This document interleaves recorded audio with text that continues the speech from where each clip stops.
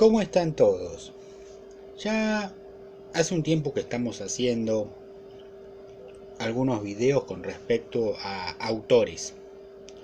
En este caso, Isaiah Berlin y una serie de conferencias que dio en la BBC en los años 50 sobre autores del siglo XVIII y XIX, representantes del movimiento ilustrado que existió en Europa en aquellos años. Y lo que hace Berlin es analizar los pensamientos de estos autores y saca conclusiones muy interesantes sobre la influencia que han tenido estos autores hasta el día de hoy. Empezamos con Helvetius, seguimos con Rousseau, luego Fichte, y ahora le toca al cuarto de estos autores, un autor alemán, como Fichte también, y de hecho amigo de Fichte. Obviamente tuvo mucha más influencia que el susodicho Fichte, porque fue un filósofo bancado, permítanme usar este término, por el Estado prusiano, al cual él sirvió como profesor de la Universidad de Berlín, hasta su muerte en 1831. Estoy hablando de Hegel, un personaje sumamente complejo de analizar. No porque su filosofía, criterio que comparto yo también con Popper y está explicada en el libro maravilloso de Popper, La sociedad abierta de sus enemigos, donde Hegel es evidentemente uno de los protagonistas. Pero su pensamiento es complejo de analizar porque es muy enrevesado y hay que tener mucho tiempo de analizar todas esas inconsistencias. Cosa que Popper, por ejemplo, en su libro casi que no recomienda porque lo considera directamente un vendedor de humo, un chanta. Alguien que recuperó todas las ideas tribales y les quiso dar un basamento científico o pseudocientífico. Tampoco Hegel tuvo mucho éxito con algunos de sus propios alumnos que directamente lo detestaban y decían que era su filosofía, era básicamente el esplendor de la podredumbre. Así que Hegel, en definitiva, no fue tan popular, pero sí tuvo mucha influencia en algunos movimientos. En el caso de Marx, que quería, como dijo Marx, él era un intérprete de Hegel. No sé si lo entendió, porque yo particularmente me cuesta entenderlo. Lo poco que he entendido, también lo entendió Berlin. Pero dijo que había puesto lo que estaba de cabeza, lo puso de pies y viceversa. O sea, hasta el propio Marx sabía que... Pero era un genio, según Marx era un genio. El hegelianismo es el padre de esto que se ha conocido también con Fichte, del idealismo alemán, que obviamente sus consecuencias fueron nefastas, y también inspiró, como ya dijimos, a Marx y al comunismo, o a la versión del comunismo que él ha planteado, que es el comunismo marxista. Bien, no perdamos más tiempo, vamos a comenzar a leer lo que dice Berlin sobre Hegel, porque obviamente va a ser mucho más sencillo de entender que estas explicaciones que estoy tirando al aire, y no van a ser muy didácticas para el común de los que están viendo, a los cuales agradezco la paciencia, y agradezco también a los que miran, que puedan aprender un poco acerca de estos movimientos, de los autores y de quienes son sus seguidores. Por el momento la filosofía hegeliana está muy disminuida, pero sigue teniendo influencia, lamentándolo mucho. Bien, comencemos con El cuarto enemigo de la libertad, según Isaiah Berlin, Hegel. De todas las ideas originadas durante el periodo que estoy estudiando, el sistema hegeliano tal vez sea el que mayor influencia ejerció sobre el pensamiento de sus contemporáneos. Es una vasta mitología que, como muchas otras, tiene grandes capacidades de iluminar, así como grandes capacidades de oscurecer todo lo que toca. Ha vertido al mismo tiempo luz y tinieblas. ¿Acaso más tinieblas que luz? Pero acerca de esto no habrá acuerdo alguno. Sea como fuere, es como un bosque muy oscuro, y quienes entran en él rara vez vuelven para decirnos qué es lo que vieron. O bien, cuando lo hacen, como los adictos a la música de Wagner, el oído se les queda permanentemente adaptado a unos sonidos muy distintos de las armonías más antiguas, más sencillas y más nobles que antes acostumbraban escuchar. Como resultado, no siempre es muy fácil de comprender, por medio de la nueva terminología que el sistema parece inducir en ellos, en qué consiste realmente esta visión. Una cosa es segura, los seguidores de Hegel afirman que mientras que antes veían las cosas solo desde el exterior, ahora las ven desde el interior. Mientras que antes veían tan solo la superficie externa, la cáscara, ahora ven la esencia interior. El propósito interno, el fin esencial hacia el cual tienden las cosas, poseen una visión interna opuesta a su externa. Y esta diferencia entre lo externo y lo interno es vital para la comprensión de todo el sistema.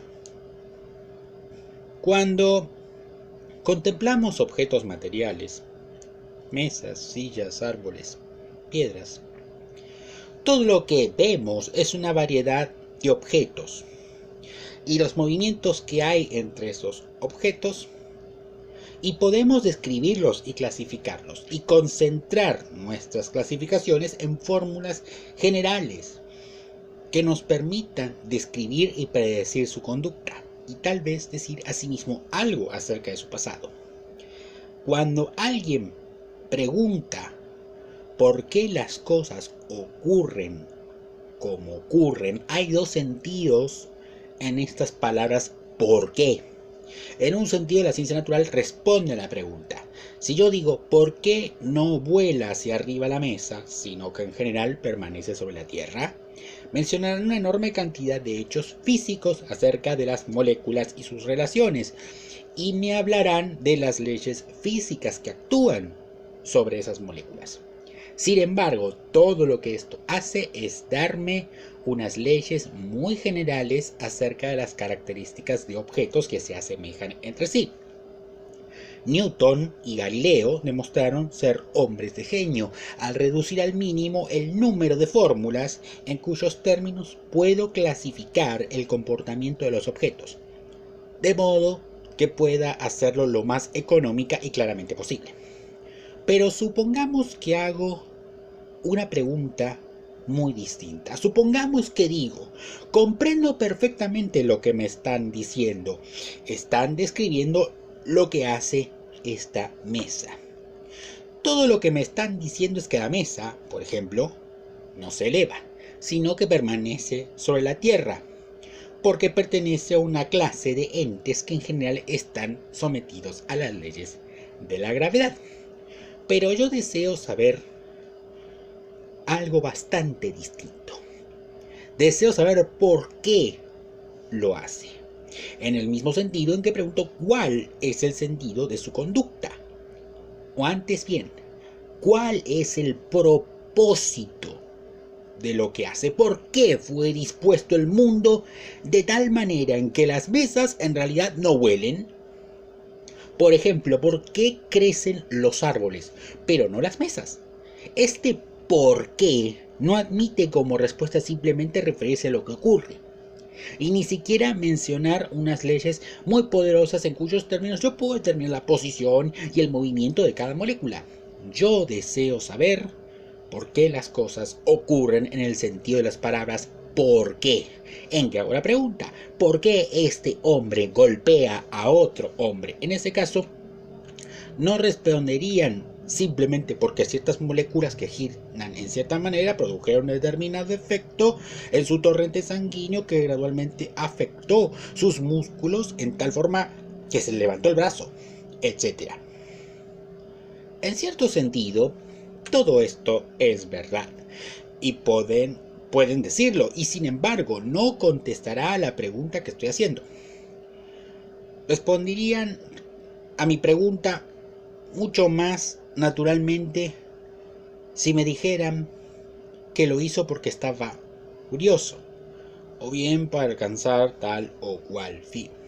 Lo hizo para vengarse.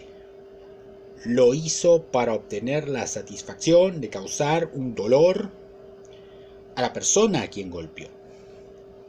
Parece perfectamente claro que mientras podemos hacer este tipo de pregunta acerca de personas, tal vez un poco menos seguramente acerca de los animales, y mucho menos ciertamente acerca de, por ejemplo, árboles, no resulta muy sensato hacer tales preguntas acerca de objetos materiales, o acerca de una enorme cantidad de entes del universo que no parecen ser animados. Según los grandes filósofos románticos alemanes, el crimen de la ciencia del siglo XVIII y hasta cierto punto también del siglo XVII, o al menos de sus intérpretes filosóficos, consistió en amalgamar estos dos tipos de explicación. En decir que solo había un tipo de explicación, el tipo que se aplica a los objetos materiales. En decir que al hacer la pregunta ¿por qué?, solo nos proponemos preguntar por los hechos. Estamos preguntando ¿qué ocurre? ¿Cuándo ocurre? Esto es afín a ¿qué ocurre? ¿Qué ocurre después de eso y antes de eso? Y nunca ¿qué propósitos tiene? ¿Qué metas desea alcanzar? ¿Por qué lo hace? En el sentido que puedo preguntar ¿por qué una persona hace algo? Por esto dijo Descartes que la historia no era una ciencia, porque no había leyes generales que pudiesen aplicarse a la historia. Todo era demasiado fluido. El número de diferencias era mucho mayor que el número de similitudes. Era imposible reducir tan inestable tema acerca del que tan poco se conocía, donde hubiese tan pocas repeticiones, tan pocas uniformidades, a una forma que pudiese quedar resumida en unas cuantas fórmulas poderosas. Por consiguiente, considero la historia tan solo como una colección, en última instancia, de hablillas, de relatos de viajeros, como algo que difícilmente merecería el nombre de ciencia. De hecho, la idea general de los científicos del siglo XVII fue no preocuparse demasiado por algo a lo que no se pudiese hacer frente por medio de métodos lúcidos y sistemáticos, y los métodos sistemáticos significaban los métodos de la ciencia natural. Uno de los grandes avances logrados a fines del siglo XVIII y comienzos del XIX consistió en revisar esta concepción. Tal vez esta no fuese la última palabra que pudiera decirse. Tal vez la pregunta ¿por qué? Fuese más interesante de cómo se la había presentado. Por ejemplo, cuando Vico, pensador italiano de comienzos del siglo XVIII, que fue injustamente subestimado, aunque fuese un genio audaz y original, empezó a escribir acerca de la historia, dijo que era absurdo tratar cual objetos a los seres humanos como a mesas, sillas y árboles, que sabíamos más acerca de los seres humanos, en un cierto sentido, de lo que sabíamos acerca de los objetos naturales, y que en todo el prestigio de las ciencias naturales se basaba en un error. En el caso de las mesas y de piedras, solo podíamos decir cómo nos parecían y también, en algún momento determinado, en qué consistían, qué hubo antes de ellas y qué hubo después de ellas, qué había similar a ellas. Simplemente podíamos colocarlas en una especie de inventario del universo en tiempo, espacio y número. Pero en el caso de la historia podíamos hacer más que esto. Si se nos pregunta por qué Julio César actuó como lo hizo, no solo damos una descripción física de su cuerpo y de sus movimientos, tendemos a hablar acerca de sus motivos. No podemos hablar de los motivos de mesas y sillas, aun suponiendo que creyésemos que tienen tales motivos. Porque no sabemos lo que es ser una mesa o una silla, sino solo cómo nos parecen. Pero según Vico, sabemos más que esto acerca de César, por una especie de visión imaginativa, por analogía con nosotros. Sabemos que Julio César poseyó voluntad, emociones, sentimientos, en pocas palabras, que fue un ser humano. Podemos tratar de hablar acerca de personajes históricos como hablaríamos acerca de nosotros mismos y explicar no solo lo que hicieron, sino también cuáles fueron sus propósitos, cuáles fueron sus fines, cuáles fueron sus sentimientos internos. Y es esta distinción entre lo interno y lo externo la que cobra importancia. De manera similar, Herder, el metafísico alemán del siglo XVIII, pensó que si tratáramos de describir la vida de una nación, sería natural preguntar ¿cómo es pertenecer a tal y a cual nación? Entonces es natural preguntar ¿qué significa pertenecer en general? Si yo digo así y así es un alemán, no basta decir que nació en cierto país, en cierto clima, en cierta fecha y que tiene ciertas semejanzas fisiológicas o físicas con algunas otras personas también llamadas alemanes.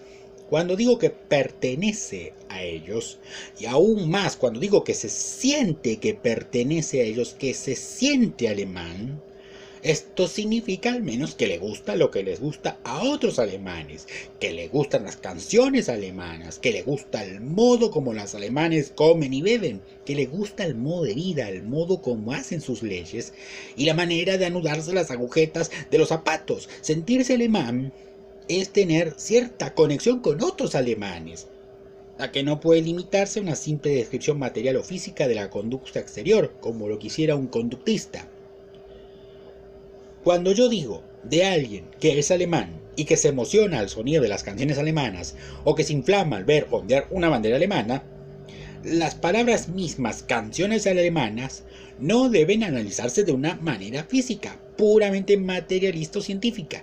Ser una canción alemana es ser producida en cierto modo por ciertas personas que con ciertos propósitos, y la canción misma debe, no diré poseer un cierto sabor, poseer una cierta clase de expresividad, debe brotar de cierto tipo de carácter, de visión, de actitud ante la vida o expresarlos. Esta actitud ante la vida, este carácter específico que expresa una canción, también será expresado por instituciones mucho más grandes y más permanentes, por el sistema alemán de legislación, por su sistema político, por el modo en que los alemanes se tratan entre sí, por su acento, por la forma de su escritura y por todo lo que hacen, son y sienten. ¿Cuál es esta cualidad común que hace alemana a una persona? Según Herder, es pertenecer a cierto grupo individual. ¿Qué significa individual? El argumento de Herder fue que cuando se habla de propósitos no debe uno confinarse a individuos. Cuando tú preguntas por qué don fulano hace esto o aquello, generalmente se responde en términos psicológicos, porque así lo desea, porque así se lo propone. Pero también se puede preguntar acerca de entidades impersonales. Se puede decir por qué escriben los alemanes con letra gótica mientras que no lo hacen los franceses. Este tipo de por qué recibirá respuesta de una manera mucho más parecida al modo en que respondo a preguntas como ¿por qué Julano come con cuchara mientras que Sutano come con los dedos? Que al modo en que respondo cuando se me pregunta por qué tienen estas moléculas tal efecto mientras que otras moléculas tienen uno totalmente distinto. Esto significa que estamos temblando al borde de la noción de los propósitos impersonales o suprapersonales o colectivos. Esto es desde luego el comienzo de una mitología, pero de una mitología muy conveniente, pues sin duda de otra manera no sabríamos cómo hablar acerca de grupos y de sociedades.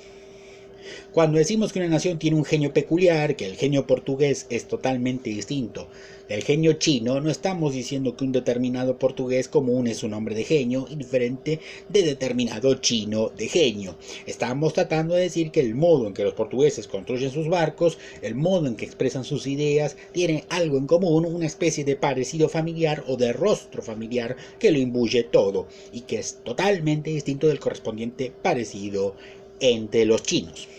Y esta indicación del rostro familiar, el análisis de aquello en que consiste, es lo que llamamos explicación histórica. Cuando alguien pregunta ¿por qué fulano escribe como lo hace?, aceptamos como respuesta. Si alguien replica que es porque pertenece a la familia portuguesa de naciones, que pertenece a un grupo particular de personas que viven en Brasil o en Portugal o en Goa y que tienen un cierto aspecto, cierto tipo de valores, las cuales parecen afines a ciertos tipos de experiencia, pero sienten que otros tipos de experiencia les son totalmente ajenos.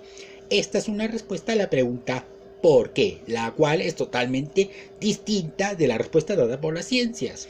Y este es el tipo de por qué al que se enfrentaron Pico y Herder. Esto es lo que Hegel trató de generalizar, siendo su opinión que todas las preguntas acerca del universo podrían encontrar respuesta en este sentido más profundo de por qué.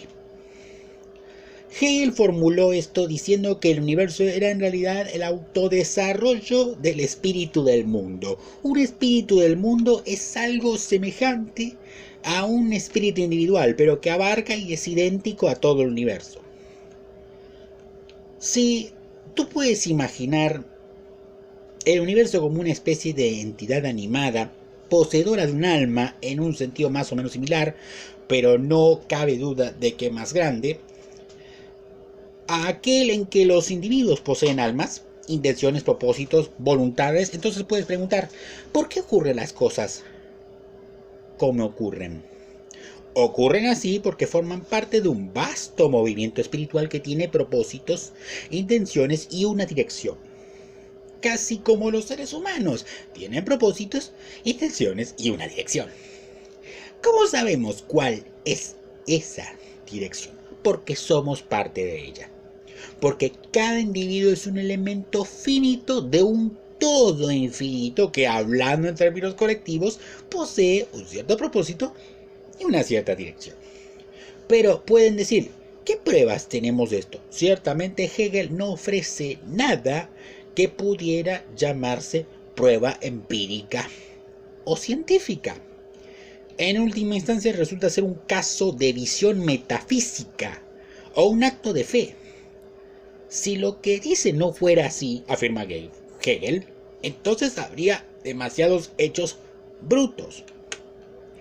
Estarían preguntando por qué las piedras son como son, por qué las plantas son como son, y la respuesta sería, en el sentido de las palabras por qué, a saber, si estuviéramos preguntando quién las intentó y para qué, no podemos responder a la pregunta. Vico ya había dicho que solo quienes hacen las cosas pueden comprender en realidad su naturaleza. El novelista comprende todo lo que se puede comprender acerca de sus personajes porque él los crea.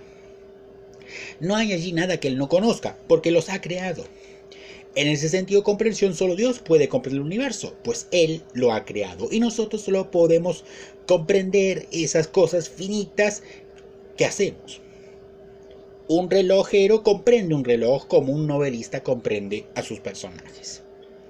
Pero ahora pueden preguntar, ¿qué decir de otros seres humanos? ¿No podemos comprenderlos? Existe obviamente un sentido en que cuando nos hablan o cuando nos muestran cierto humor, cuando se muestran sombríos o desalentados o felices o alegres o orgullosos, podemos comprender qué les pasa en un sentido distinto de aquel en que comprendemos las piedras y las mesas. No hacemos investigaciones sobre las opiniones o los propósitos de las mesas. En suma, no pensamos que las mesas estén haciendo algo. Son lo que son. La pregunta ¿qué se trae la mesa entre manos? Nos parece absurda, porque parece hacer la mesa una entidad animada, parece considerarla sensible. cuando en realidad sospechamos que no lo es. Pero sí podemos preguntar esto acerca de otros seres humanos, y Hegel y los románticos en general suponen que esto es así porque en cierto sentido participamos en este único espíritu general del que todos los seres humanos son centros finitos.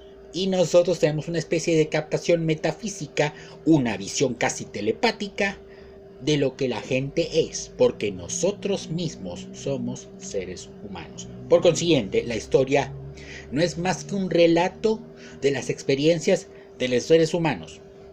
Las mesas y las sillas no tienen historia, porque no tienen experiencia. La historia es el relato de la creación humana, la imaginación humana, las voluntades e intenciones humanas, los sentimientos, propósitos y todo lo que los seres humanos hacen y sienten, y no de lo que se les hace a ellos. La historia humana es algo que creamos por sentimiento, por pensamiento, por estar activos en cierta manera y por consiguiente creándola, si somos capaces de entenderla. Y por eso la comprensión de la historia es una visión interna, mientras que nuestra comprensión de las mesas y las sillas es una visión externa. Siendo esto así, Hegel es capaz de decir que, puesto que todo el universo es un enorme conjunto sensible, podemos comprender lo que está haciendo cada parte de él, siempre que tengamos un grado suficiente claro de visión metafísica, como la que poseen, por ejemplo, los cerebros más poderosos, las inteligencias más penetrantes. Si no fuera así, entonces habría simples hechos que no podrían explicarse en absoluto. Si yo preguntara, ¿por qué está tirada en el suelo esta piedra, mientras que esa otra está cayendo por los aires?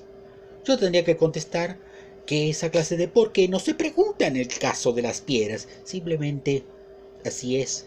Es un hecho bruto, mas para Hegel y para todos los metafísicos de su modo de pensar, el hecho bruto es una ofensa a la razón.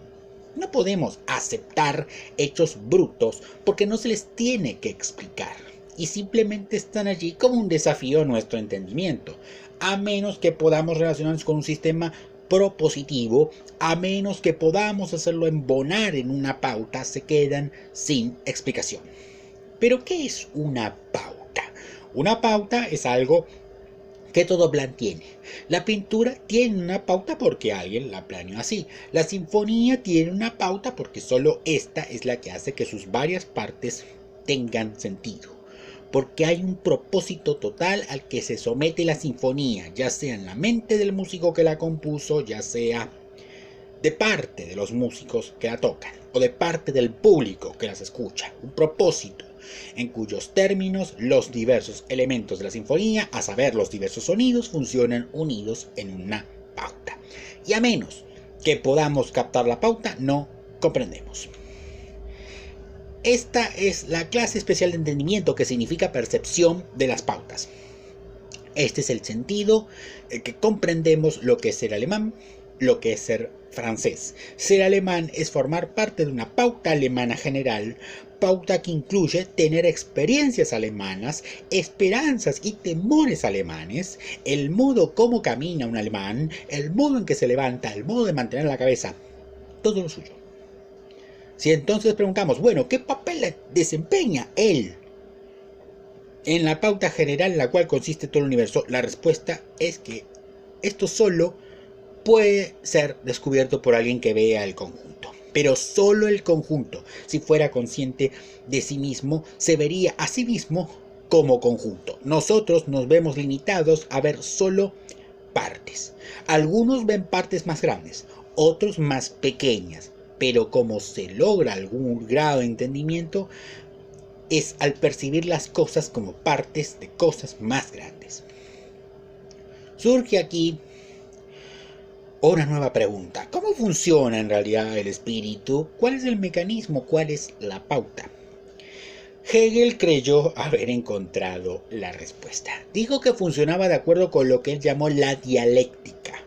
Para Hegel, la dialéctica solo tiene verdadero sentido en términos de pensamiento o de creación artística.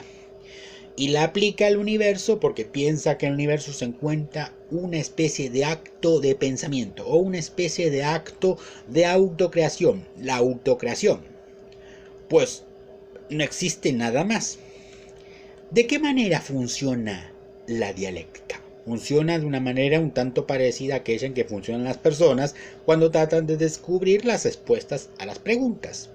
Primero, surge en mi mente una idea, luego esta idea es condicionada por otras ideas y no permanece. Otras ideas entran en colisión con ella, entonces de la colisión y del conflicto de una idea y sus condicionamientos, la idea y la crítica de la idea y otras ideas que caen sobre ella, que la invaden, nace otra cosa que no es ni la primera idea ni la idea que está en oposición a la primera idea. Antes bien, es algo que conserva elementos de ambas, pero que, como dice Hegel, se eleva por encima de ellas o las trasciende. Una síntesis. La primera idea es llamada tesis, la segunda antítesis y la tercera síntesis. Así, por ejemplo, aunque Hegel no se vale de esta metáfora particular, en obra sinfónica tenemos un tema consistente en una frase de música o una melodía. Luego tenemos una melodía que, por decirlo así, va contra la anterior y ocurre algo que no puede llamarse la cancelación del primer tema por el segundo ni la continuación del primero en el segundo, sino que antes bien es una especie de fusión que destruye las dos primeras ideas y produce lo familiar porque brota en cierto modo de la colisión y el conflicto de las dos primeras y sin embargo es algo nuevo.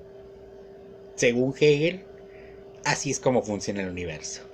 Y funciona así porque esta es la manera como funcionan las pautas en el pensamiento y en todo tipo de actividad consciente de la que sepamos algo. Y distingue el universo en ingredientes conscientes, semiconscientes e inconscientes. Las plantas y los animales son conscientes, es decir, tienen propósitos de alguna índole. Tienen voliciones de grado inferior, tal vez pensamientos de grado inferior. Solo los seres humanos son conscientes de sí mismos, porque no solo tienen pensamientos, sino que pueden observar en sí mismos este proceso dialéctico. Pueden ver este desarrollo, esta colisión de ideas, la línea regular que siguen sus vidas, cómo hacen primero una cosa, luego no la hacen a medias, y luego el hacer y no hacer se funden en una nueva clase de acto. Pueden seguir este proceso retorcido en espiral en sí mismos. Hegel intenta explicar civilizaciones enteras en esos términos. Su argumento es que en el siglo XVIII la gente era capaz de explicar las diferencias pero no el cambio. Por ejemplo, Montesquieu se mostró muy convincente y sutil explicando cómo el clima afectaba al hombre. Helvétius acaso fuese muy penetrante al explicar cómo la educación o el ambiente lo afectaban.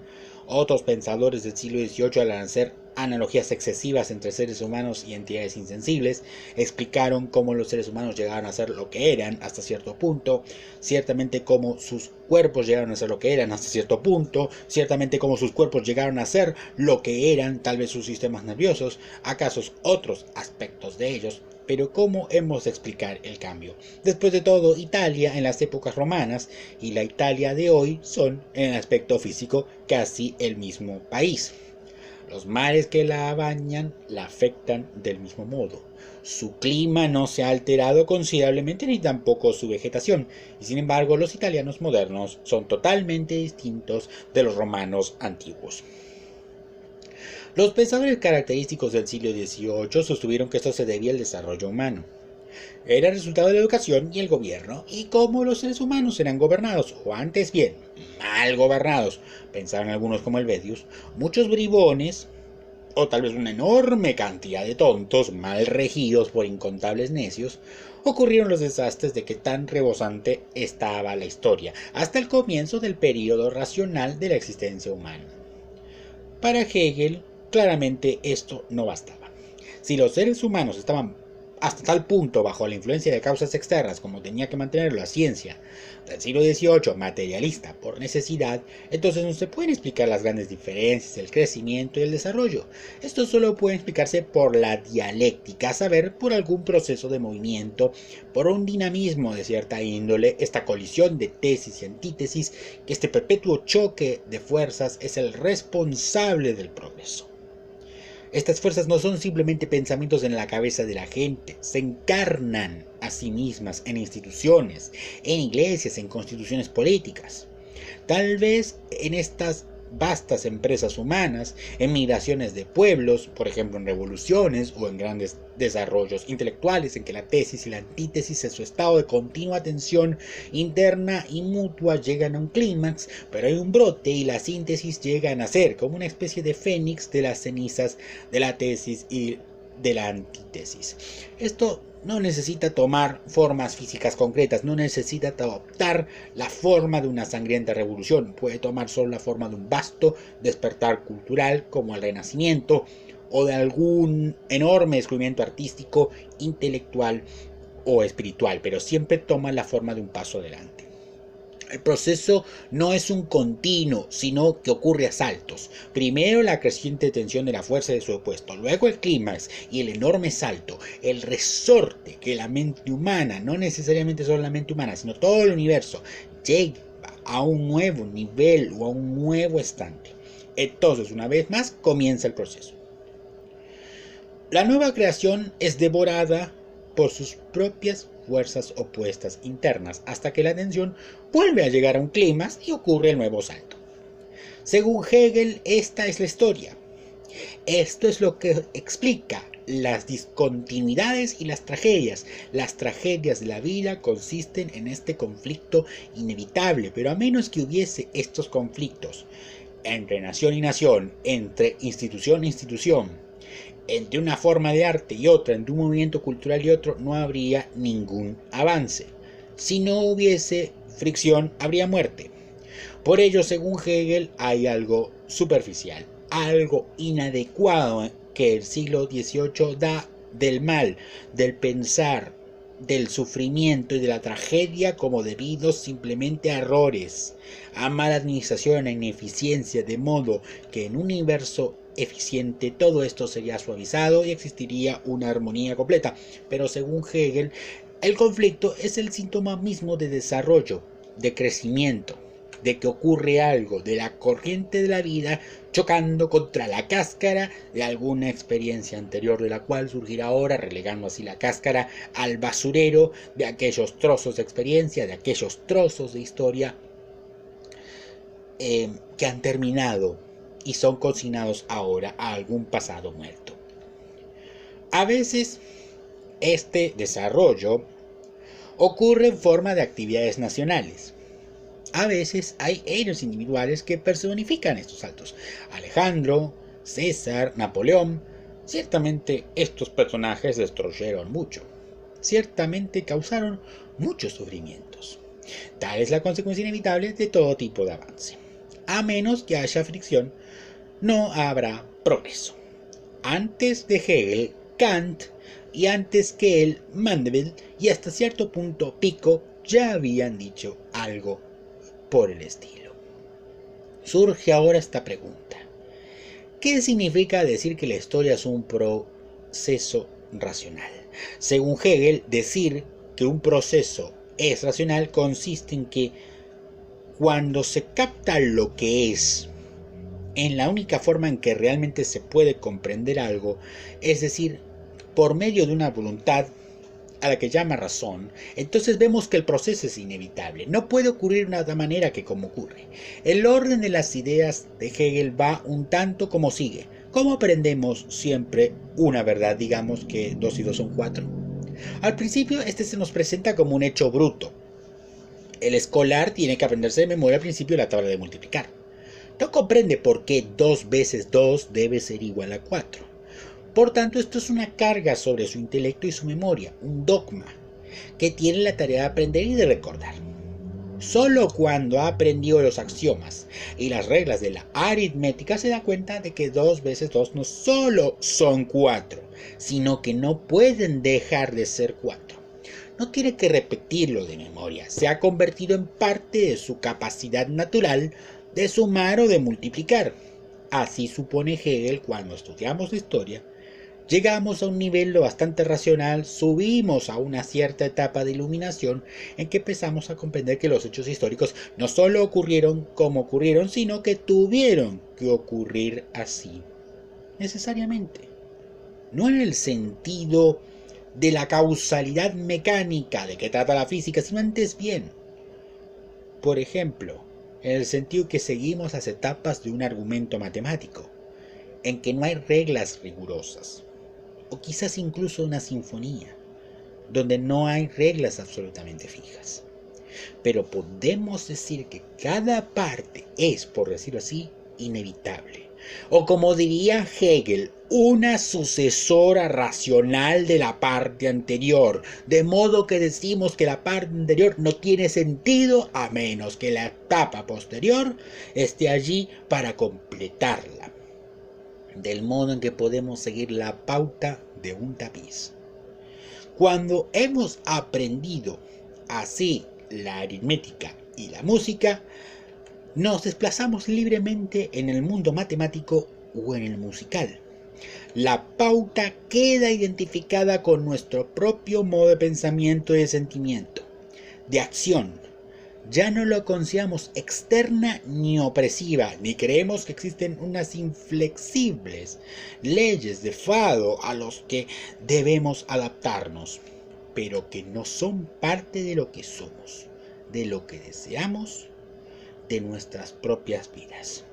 Según Hegel, el modo habitual en que enfocamos el mundo exterior es distinguiendo entre lo que deseamos, nuestras intenciones, nuestra política, lo que buscamos, y por otra parte, lo que está fuera, las cosas y personas que simplemente por estar allí obstruyen el pleno y libre desarrollo de nuestra personalidad. Pero cuando descubrimos por qué todo es como es, debe ser así. En el acto mismo de comprender esto, perdemos el deseo de que fuese de otra manera. Cuando sabemos no solo que 2 y 2 son 4, sino también por qué, ya no podemos desear que fuese de otra manera. No deseamos que 2 y 2 fueran 5. 2 veces 2 no solo son 4, sino que deseamos que así sea. Esto forma parte de la pauta racional de nuestro pensamiento. Las reglas de la aritmética quedan asimiladas en las reglas generales del razonamiento, en el modo en que pensamos y actuamos. Este concepto de asimilación es vital en Hegel, porque piensa en las leyes no a la manera en que la ciencia y hasta el sentido común tienden a pensar en ellas, a saber, como generalizaciones de lo que ocurre, sino antes bien como reglas, pautas, formas, en el sentido en que la aritmética procede por reglas, o la lógica, o la arquitectura, o la música. Pensar en una ley general como algo que no desearíamos que fuera de otra forma de como es pensar en ella como una regla con la que nos identificamos, el método en cuyos términos pensamos naturalmente aplicamos, y no como una ley de hierro descubierta para operar fuera de nosotros, una barrera inevitable e insalvable contra la cual chocamos en vano. Pero las reglas y los métodos presuponen unos usuarios. Las personas empleamos reglas o las aplicamos o vivimos de acuerdo con ellas.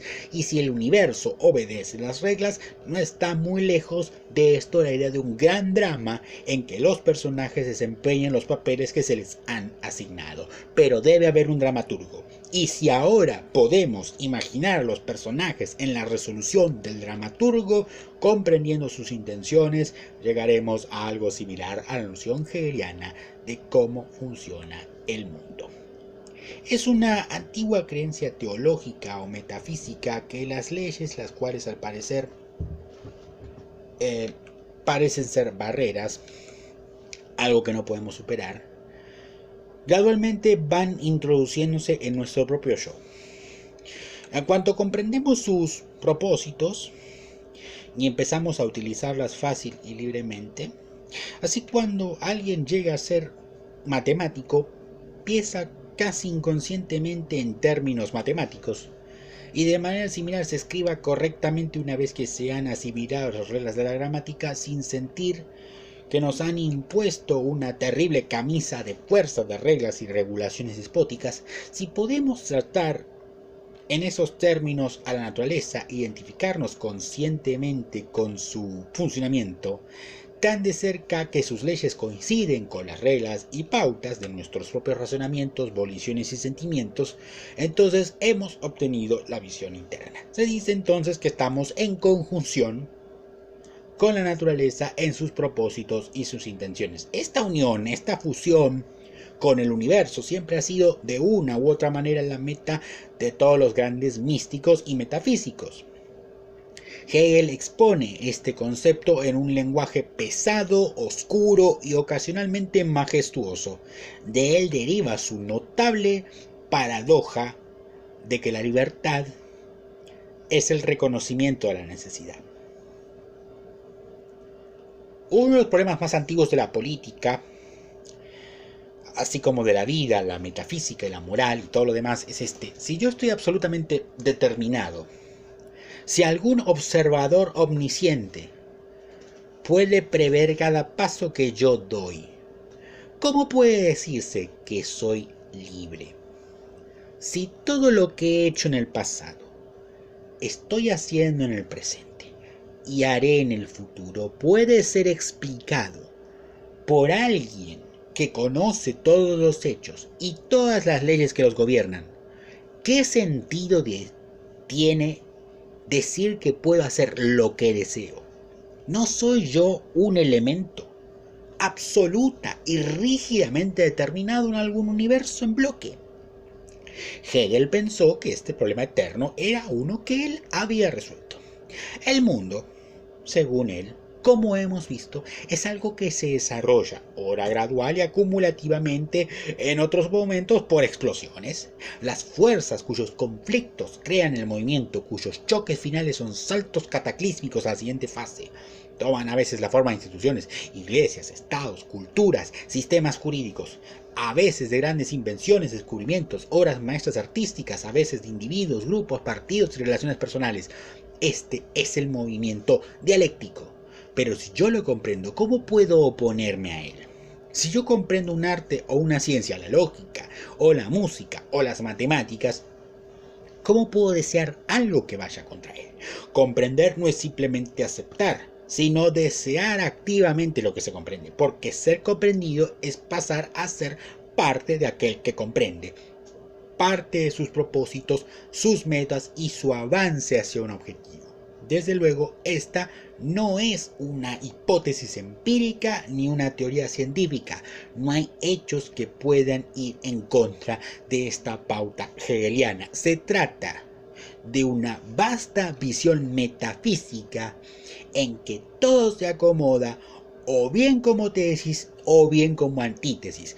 Todo puede embonar, nada se puede excluir, porque cada hecho, persona y elemento del mundo embona o no embona con todas las demás personas, hechos y elementos. Y cualquier cosa que haga embona, o bien siendo armoniosa con algo, o bien estando en discordia con algo. No puede haber alguna prueba contra esta visión, pues todo lo que pueda parecer adverso puede ser absorbido como el elemento necesario de la contrariedad.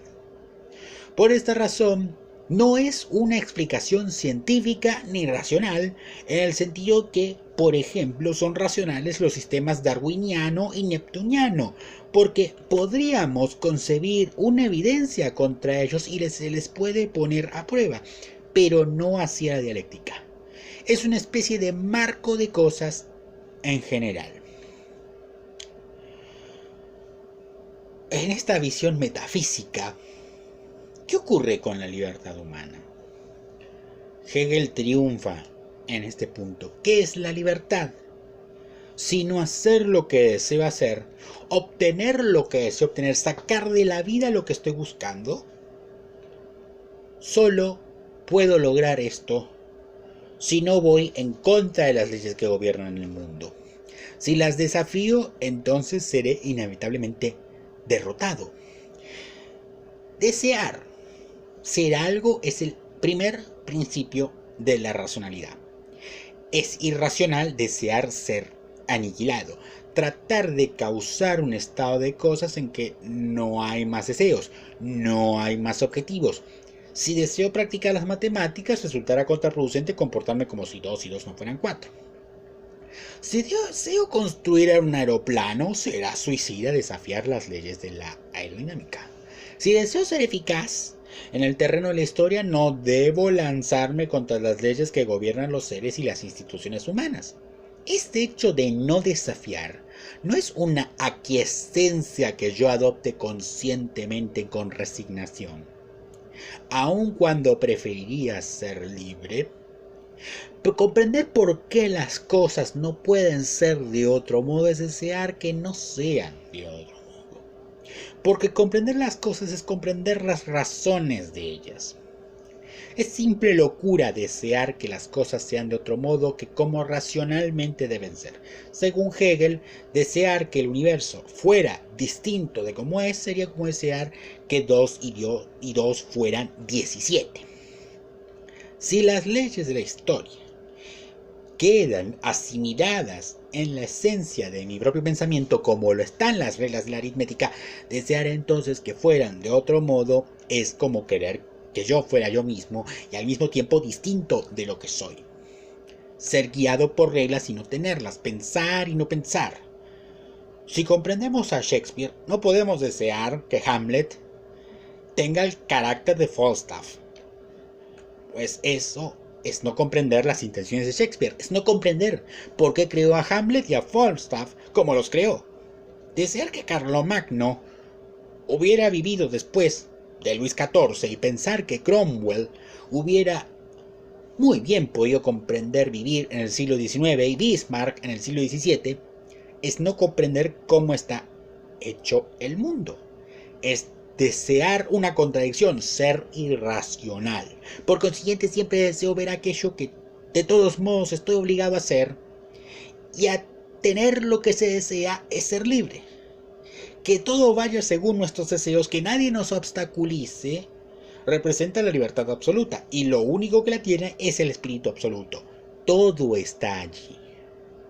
El mundo en su conjunto es totalmente libre, y somos libres en la medida en que nos identificamos con los principios racionales del mundo. Un matemático libre es una persona que de manera natural piensa matemáticamente. Un hombre libre en la historia es un hombre que procede naturalmente de acuerdo con las leyes racionales que gobiernan las vidas humanas, que gobiernan la historia.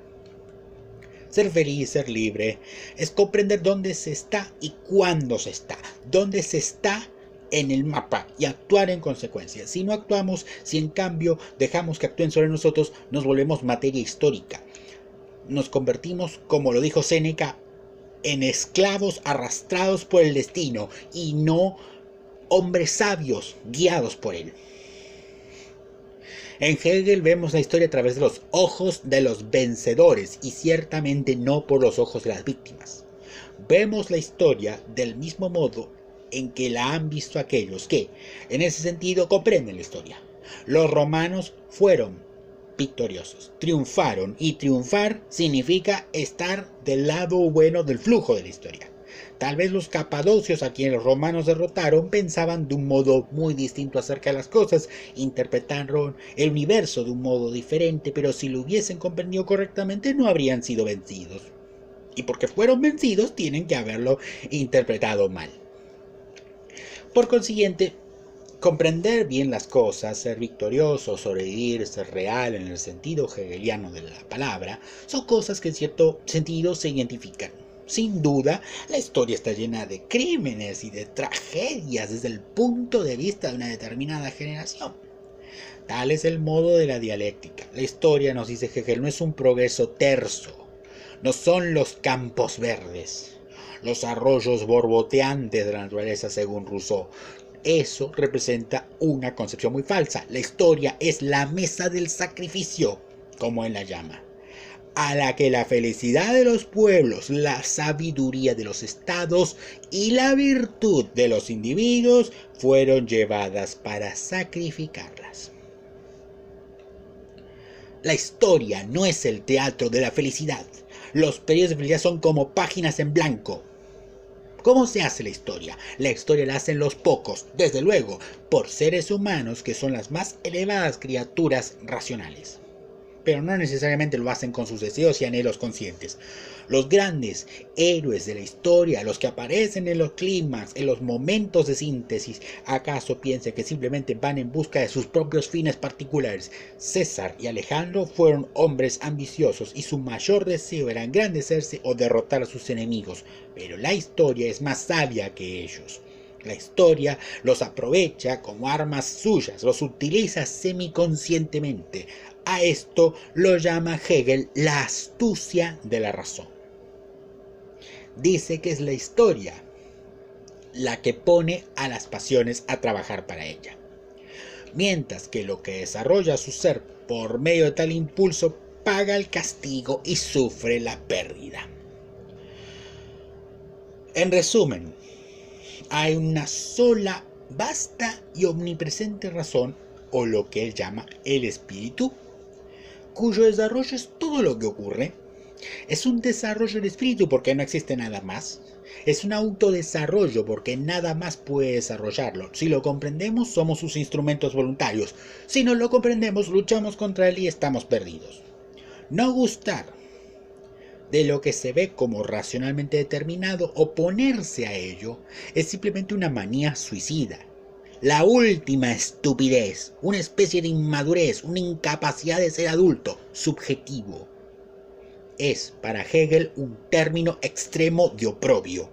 ¿A quién le importa lo que un niño de escuela piense de la teoría de Euclides o de las proposiciones de Newton o de Einstein? Sentir disgusto del universo, denunciarlo, resistirlo, no encontrarlo de nuestro gusto, quejarse de él, decir que los hechos van en nuestra contra, que hay una masa bruta de resistencia que no podemos penetrar, sentirse frustrado por esto, sangrar como resultado de haber caído sobre las espinas de la vida. Todo esto es para Hegel una manera de ser inferior, de ser ciego, de no comprender, de estupidez y en última instancia de vicio.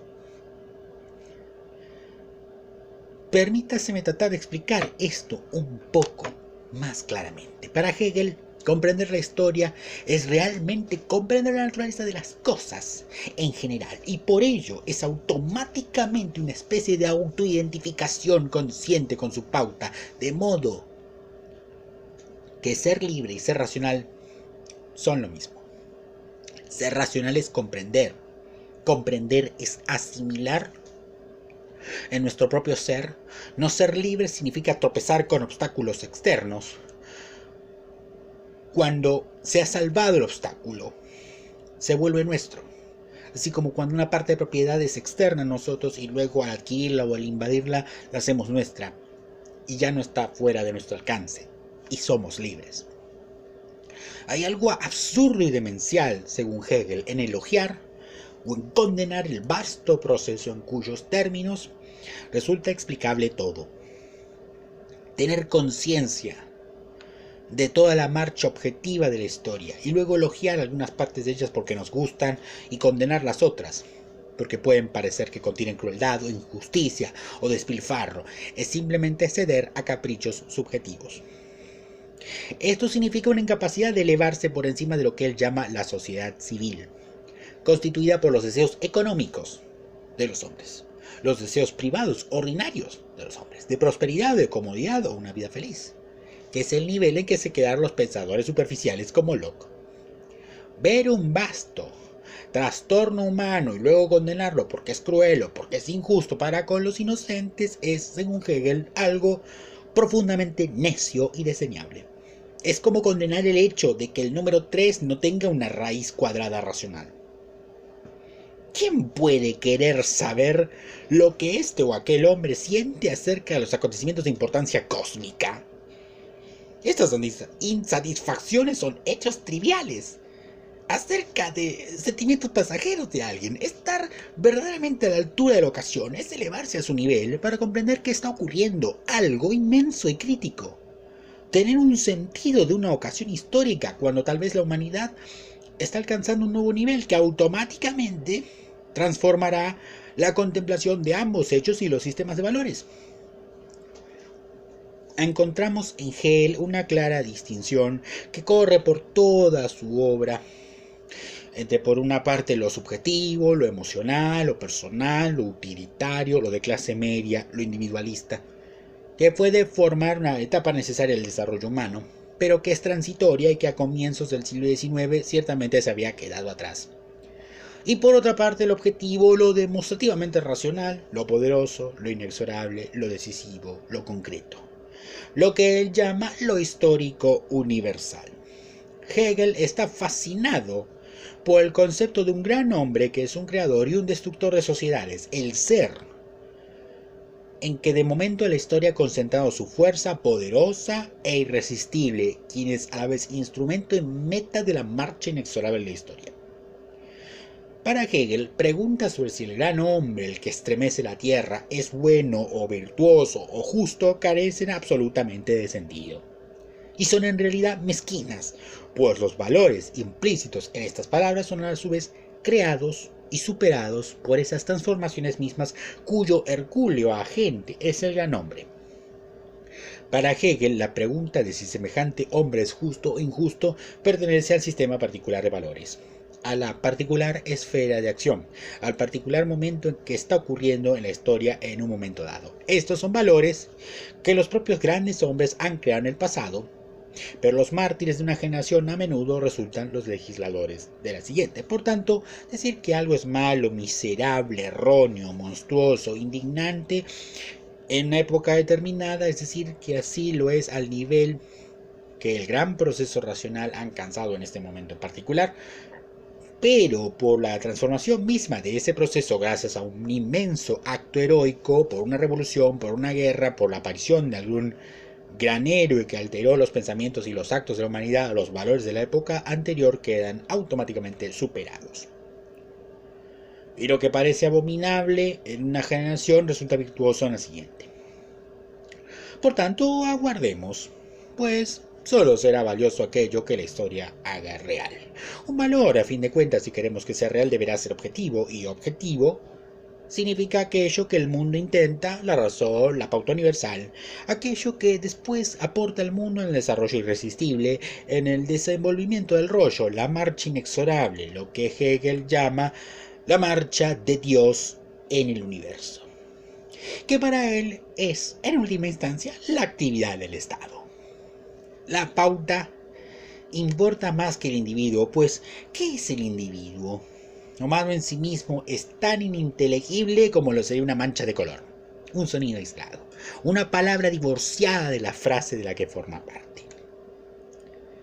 Pues solo tienen sentido las palabras cuando se combinan en frases, y los colores y sonidos, sea en la naturaleza o en el arte, cuando se les ve en el medio único y que de hecho aparece. ¿Por qué debe ser diferente el caso de los seres humanos? No hay leyes que se apliquen a un hombre en aislamiento. Soy lo que soy, porque me encuentro situado exclusivamente en el medio social de mi tiempo y lugar. Estoy conectado por una miríada de hilos invisibles con mis congéneres, con miembros de mi familia y de mi ciudad, de mi raza, religión y país, con los vivos y con los muertos y con los que aún no han nacido. Yo soy una especie de punto nodal, el foco de un número infinito de hilos que se centran en mí, irradian de mí y de cualquiera que entre conmigo en combinaciones y pautas, grupos más o menos laxos o apretados, la gran sociedad de los vivos y los muertos de la que había hablado Burke. Para comprender un hombre se debe comprender su entorno, sus amigos y relaciones, sus superiores e inferiores, lo que él hace y lo que a él le hacen, y por qué y por quién, no solo porque esto arroja luz sobre él, sino porque él literalmente no existe, salvo como parte de esta pauta total. Así como un sonido en una tonada no existe, salvo en algún sentido que no nos interesa, como simple hecho físico, excepto como ingrediente particular de esta tonada en particular, tocada en un instrumento particular y en el contexto particular en que se toca la música. De allí la célebre reducción que hace Hegel del individuo al elemento abstracto de una parte social concreta. Su negación que tales pautas sean simples disposiciones de la sociedad, que el Estado y las leyes son inventos artificiales planeados para la convivencia de los individuos, y su insistencia en que son redes, de la que estos quieran o no, son elementos orgánicamente fundidos en grupo, de allí la celebración de la autoridad y el poder y la grandeza del Estado contra los caprichos o las inclinaciones individuales de este o aquel ciudadano súbdito. Sin duda, era muy plausible la opinión planteada por los contemporáneos de Hegel, los juristas de la historia, quienes afirmaron que las instituciones legales no son otras tantas órdenes arbitrarias de reyes o asambleas, ni recursos utilitarios conscientemente inventados para procurar este o aquel beneficio a esta o a aquella persona o clase, sino que antes bien son parte del desarrollo inconsciente o semiconsciente de sociedades y que expresan su actitud ante la vida, sus pensamientos y deseos semiarticulados, sus ideales, temores, esperanzas, creencias, intereses, los cuales son a la vez símbolo y sustancia de lo que son y a ellos mismos les parece que son. Y sin embargo, a la postre, llevada hasta su extremo por Hegel, esta idea se convierte en una siniestra mitología que autoriza el sacrificio indefinido de individuos en aras de tales abstracciones. Todo lo que él llama concreto, como estados, tradiciones o la voluntad o el destino de la nación o de la raza, al fin y al cabo, el mundo está compuesto de cosas y de personas y de nada más. Las sociedades o los estados no son cosas ni personas, sino modos en que las cosas y las personas están o llegan a ser dispuestas. Las pautas sociales no tienen aficiones, ni voluntades, ni exigencias, ni destinos, ni poderes. Pero Hegel habla como si las pautas, como si los estados o las iglesias fueran más reales que el pueblo o las cosas. Como si no fueran las casas las que forman la calle, sino que la calle, de alguna manera, creara las casas. Lo que sucede en un célebre cuento de hadas de Hans Christian Andersen.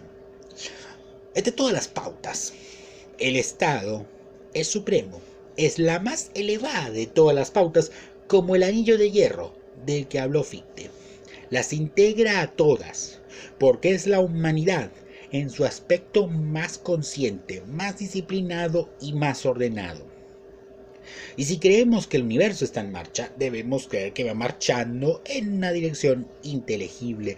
Debemos creer que es una pauta ordenada y el Estado es lo más ordenado que existe. Todo lo que le resista está condenado a la aniquilación.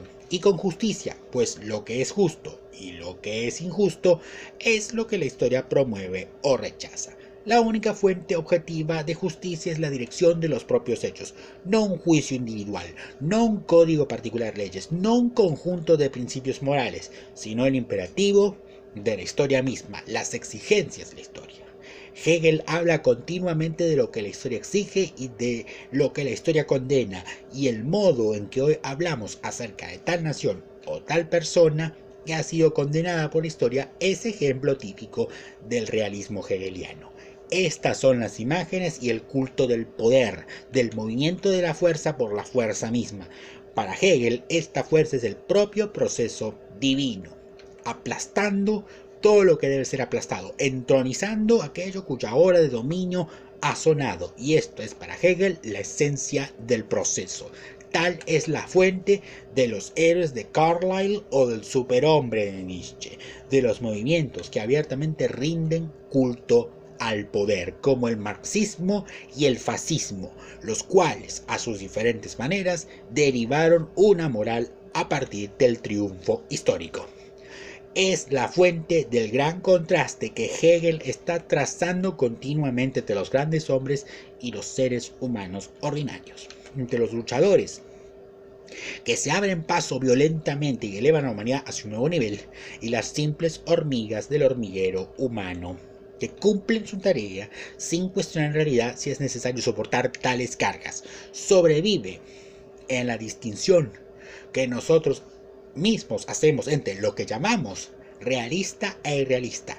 Realista a menudo significa violento y brutal, que no retrocede ante lo que suele considerarse inmoral, que no se deja llevar por blandas consideraciones morales y sentimentales.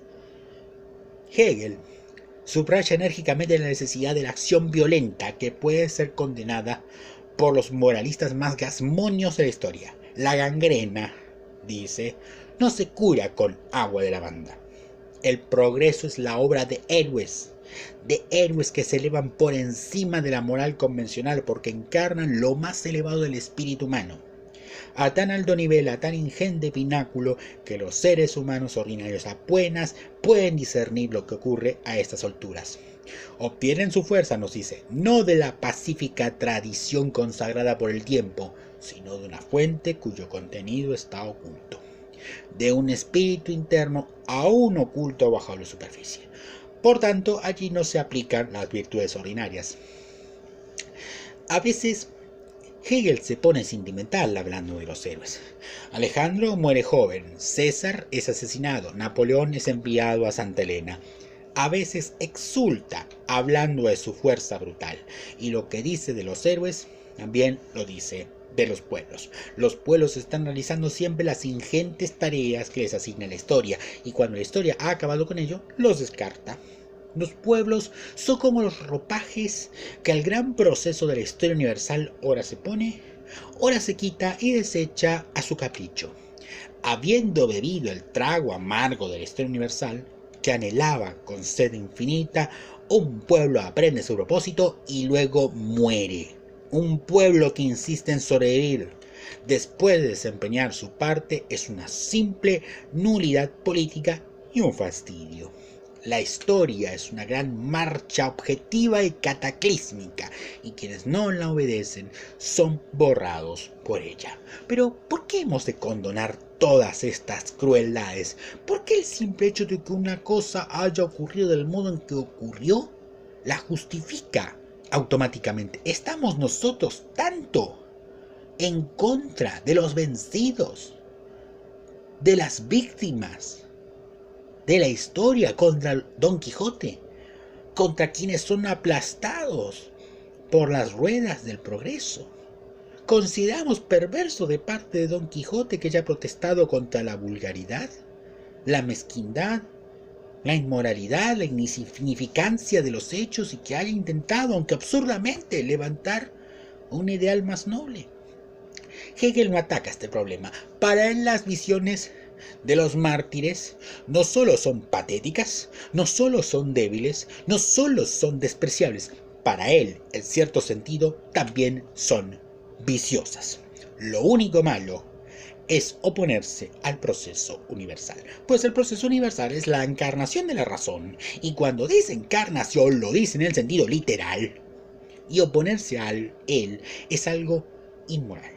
Por consiguiente, Hegel desprecia a los utilitarios, a los sentimentales, a los confundidos y a los benévolos filántropos, a los que desean que la gente sea más feliz, los que se retuercen las manos cuando presencian las grandes tragedias, las revoluciones, las cámaras de gas, el aterrador sufrimiento por el que pasa la humanidad. Para Hegel, estas personas no solo están lamentablemente ciegas ante el avance de la historia, sino que son positivamente inmorales porque tratan de resistir a lo que es objetivamente bueno, enfrentándolo contra su bien subjetivo. Y el bien subjetivo es como las matemáticas subjetivas, es un absurdo disparate. Puede obstruir el proceso durante un tiempo, pero acabará por ser derrotado y pulverizado. Tan solo el poder es lo que celebra Hegel en su oscura y semipoética prosa. Hay un pasaje que hace esto particularmente claro. En 1806 Hegel estaba releyendo las últimas páginas de su primera gran aportación, La fenomenología del espíritu. Por entonces vivía en Jena y vio las fogatas de los campamentos de los franceses en víspera de la gran batalla de ese nombre. De súbito se le ocurrió: allí estaba la historia, en toda su objetividad. Más aún se convenció al ver a Napoleón pocos días después pasar a caballo por la ciudad. Dijo: el emperador, esa alma universal, lo vi pasar por la ciudad. Causa una sensación verdaderamente extraña ver a semejante personalidad concentrada físicamente en un único punto del espacio, a caballo, mientras sus imperiosos pensamientos vagan e irradian sobre el mundo entero. Un gran espíritu, una gran fuerza, un gran pendenciero, aplastando a hombres y cosas con su puño enguantado. Así es como concibe Hegel la historia objetiva. ¿Qué podemos decir de esto? Solo podemos decir que esta curiosa identificación de lo que es bueno y de lo que triunfa es precisamente lo que rechaza el ser humano común. No es eso lo que entendemos por el bien y la justicia. Es imposible decirnos que simplemente enfrentarnos contra una fuerza superior es algo inmoral en sí mismo. Hegel no lo considera inmoral. Si a la postre vamos a ganar. Si el mártir hoy es el héroe, el legislador y el dictador de mañana. Pero si piensa que es lo mismo ser bueno y ser victorioso, en el último y vasto sentido de la historia universal, este tipo de pragmatismo político, esta clase de adoración al éxito, repele a nuestros sentimientos morales normales y no hay en Hegel ningún argumento auténtico que reduzca efectivamente nuestra repugnancia. Se trata simplemente de que en la visión de Hegel hay un vasto y coherente espectáculo de la historia con el que identifica su propio culto a lo que para él son valores verdaderos. Y para Hegel los valores verdaderos son los que surten efecto. La historia son los grandes batallones marchando por una ancha avenida y suprimiendo todas las posibilidades aún no realizadas, todos los mártires y los visionarios, y la moral es en realidad una forma específica de inclinarse ante los hechos. Esta identificación de lo que funciona con lo que es bueno, de lo que es justo con lo que triunfa, con lo que aplasta toda resistencia con aquello que merece aplastarla, esta es la marca indudable del sistema hegeliano cada vez que se aplica a la política. Una rebelión que fracase es siempre mala.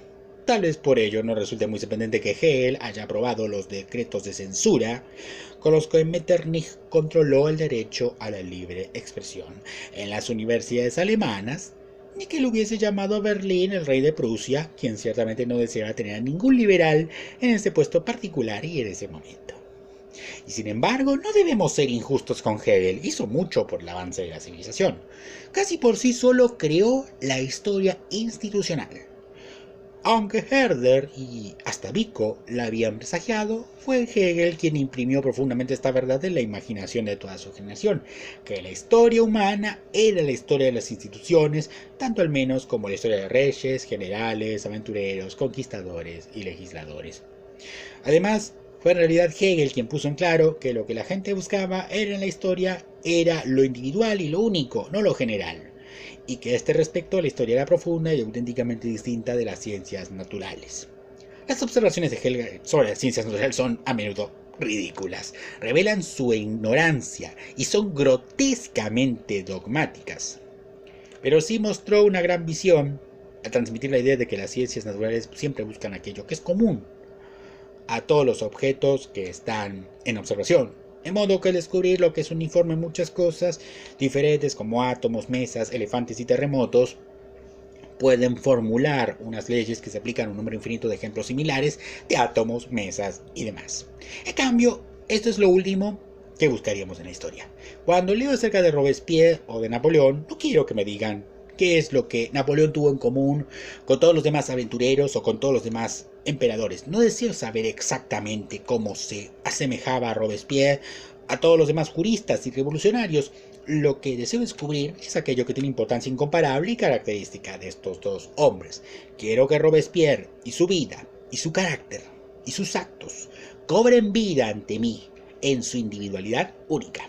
Cuando leo acerca de la Revolución Francesa o del Renacimiento, solo secundariamente me interesa lo que estos grandes episodios de la civilización humana tuvieron en común con acontecimientos de Babilonia o los aztecas. Esto puede ser de interés para los sociólogos. En realidad, puede ser intrínsecamente iluminador, pero la tarea de los historiadores es mostrar las diferencias más que las similitudes, pintar el retrato de un conjunto único absolutamente específico de hechos y personas, un retrato y no una placa de rayos X.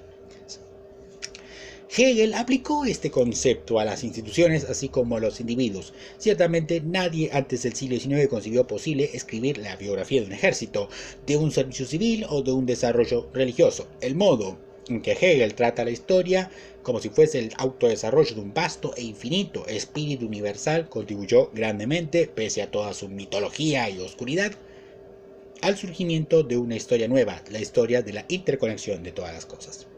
Tal vez el logro más original de Hegel consistía en inventar la idea misma de la historia del pensamiento, pues ciertamente nadie antes que él había escrito o creído posible escribir la historia del pensamiento filosófico o de cualquier otra índole de pensamiento, no como una laxa sucesión, primero un sabio y sus sistemas, luego otro, sino como un desarrollo continuo de ideas, pasando una generación de pensadores a la siguiente, íntimamente relacionada con los cambios económicos o sociales o de cualquier otra clase en una sociedad o cultura. Esto lo damos hoy por sentado, hasta tal punto que casi no podemos comprender la originalidad de Hegel. Más aún, Hegel pareció atribuir inmensa importancia a la historia y al valor de la historia y al hecho de que en ella todo importa y nada más importa en absoluto. Todavía más categóricamente que Herder, habló como si los hechos no pudiesen dividirse claramente entre los que tienen importancia histórica y los que no la tienen, ya que el modo en que la gente lleva sus ropas o toma sus alimentos, recorre las mares o canta sus canciones, su letra manuscrita y su acento al hablar pueden ser más iluminadores que muchos de sus actos más oficiales, sus guerras, sus tratados, sus constituciones. No puede saberse que no será inútil para explicar el proceso total de la historia, en que este o aquel pueblo desempeñó su parte, apareció en el escenario en su momento destinado y debidamente hizo mutis después de sonar su hora. El ataque de Hegel a la vieja historia moralizante que estudiaba el pasado básicamente para aprender acerca de sus errores y de sus vicios, la condena de Hegel al elogio y la censura, su invitación a los hombres racionales para que se identifiquen con las grandes fuerzas móviles como tales, aun cuando acaso condujeran el culto al poder a una forma peculiarmente brutal de realismo político, también contribuyeron a hacer que todos los hechos históricos parezcan de un valor igual e incalculable. Pues la solución a todos los problemas parece encontrarse en la historia. Una historia a priori. Es cierto, y una historia espiritual, pero de todos modos historia. La historia era ahora tan importante para decir los hombres cómo deben vivir como antes lo fue la teología.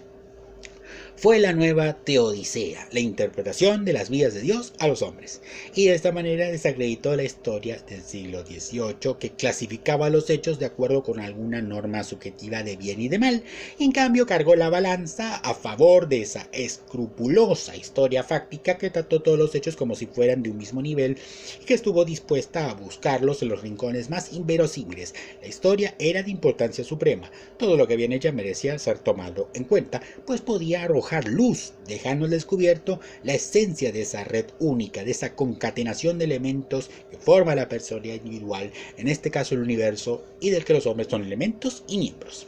Además, Hegel llamó la atención hacia los factores inconscientes de la historia, las fuerzas oscuras, los vastos afanes impersonales, lo que le gustó llamar los anhelos semiconscientes de la razón, tratando de realizar su ser, pero que nosotros simplemente podemos llamar las fuerzas semiconscientes, las causas psicológicas ocultas que hoy consideramos al menos tan importantes como las intenciones conscientes de generales o reyes o violentos revolucionarios. También esto ayudó a despersonalizar y, si puedo llamarlo así, a desmoralizar la historia. Hay otro aspecto en que es valioso el método de Hegel, a saber, su aplicación a las obras de arte, el sentido de la grandeza y la belleza artísticas, y al campo de la estética en general. Hegel pensó que estaba reduciendo el confuso lenguaje de los románticos a algo disciplinado y riguroso. Esto fue un engaño.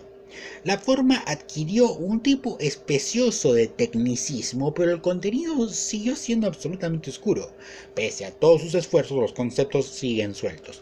Toda la terminología romántica que él y otros metafísicos y poetas alemanes del mismo periodo emplearon, los conceptos de trascendencia, integración, de conflicto interno, de fuerzas que al mismo tiempo destruyen, se funden y se fertilizan entre sí, el concepto de una unidad que es al mismo tiempo el propósito y el principio, la pauta y la meta, y la esencia de algo es al mismo tiempo una entidad y un proceso, un ser y un devenir. Todo esto, que había conducido a tanta vaguedad y a menudo a tanto disparate, al ser aplicado en lógica o historia o en las ciencias, tiene un papel único que desempeñar al describir lo indescriptible, objetos bellos, procesos psíquicos, obras de arte. La terminología romántica por lo general sirve sobre todo para escribir experiencias no fácilmente analizables, precisamente porque es evocativa, imprecisa, indefinida y tiene una rica variedad de asociación y un uso abundante de imágenes y de metáforas. ¿Cómo hemos de escribir un problema, un poema, una sinfonía, una experiencia estética de casi cualquier clase? Tal vez lo mejor sea no decir nada. Pero si deseamos hablar Entonces, el lenguaje público, lúcido e inteligible empleado por pensadores elegantes y verdaderamente claros como Hume y Voltaire o incluso Helvetius no sirve de poco. Por ejemplo, en música, a veces tiene sentido hablar de un crecimiento dialéctico, una melodía que choca con otras frases musicales y fluye dentro de ellas, conduciendo a su mutua aniquilación, y sin embargo no ocurre. También de su trascendencia, de la integración de las fuerzas en conflicto en algo más rico y, si se quiere, superior, en algo más perfecto que los ingredientes originales. Podemos hablar aquí del oscuro y semiconsciente crecimiento de fuerzas que estalla súbitamente en una espléndida lluvia de oro. El turbio e infinitamente sugestivo lenguaje de Hegel, y aún más, el de otros filósofos románticos de Schelling, de los hermanos Schlegel, de Novalis, y en realidad de Coleridge y hasta cierto grado de Carlyle, realmente penetra en ciertos momentos por su uso de imágenes musicales y biológicas. Era algo que podríamos llamar el meollo del proceso creador. Ese lenguaje puede hacer algo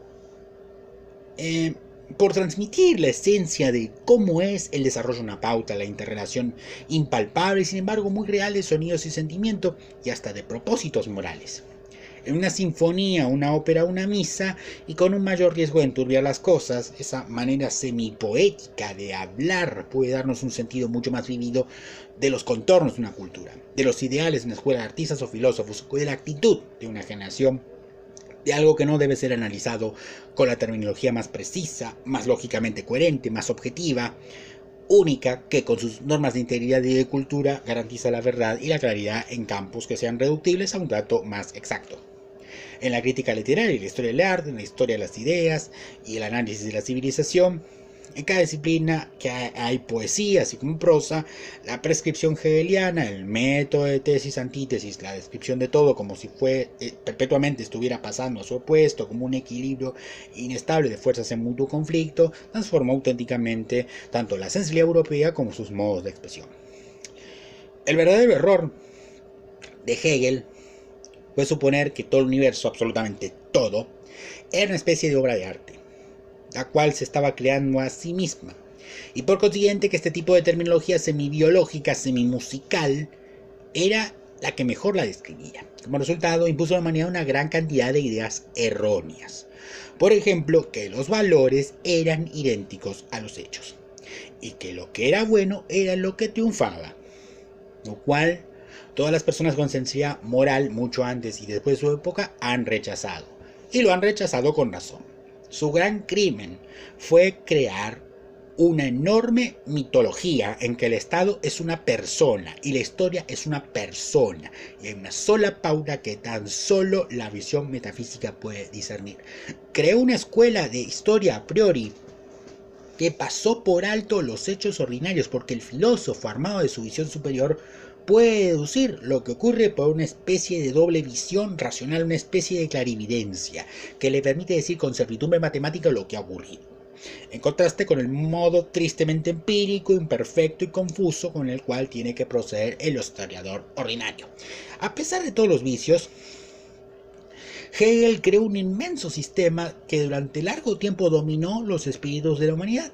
En cuanto a la libertad, no puede haber ninguna en una pauta tan apretada. No puede haber libertad donde la obediencia a la pauta es la única verdadera autoexpresión, donde lo que llamamos libertad no es la posibilidad de actuar dentro de algún tipo de vacío, por muy pequeño que fuese, que se le dejara nuestra elección personal en que no intervienen otros. La libertad hegeliana simplemente consiste en la conquista o la posesión de aquello que nos obstruye.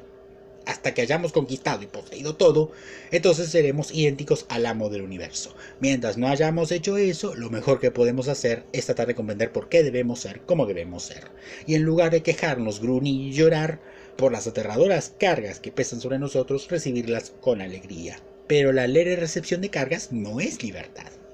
Siempre ha habido quienes han preferido sentirse a salvo en algún establecimiento cerrado, encontrar un lugar seguro y justo en algún sistema rígido en lugar de ser libres. A esta gente Hegel la reconforta, y sin embargo fundamentalmente esta es una gran confusión, una identificación históricamente fatal de la libertad, como la comprendemos con la seguridad. El sentido de pertenecer a algún lugar único en que estamos protegidos contra los obstáculos porque podemos preverlos todos, pero eso no es lo que llamamos libertad. Tal vez sea una forma de sabiduría, de comprensión, de lealtad, de felicidad o de santidad.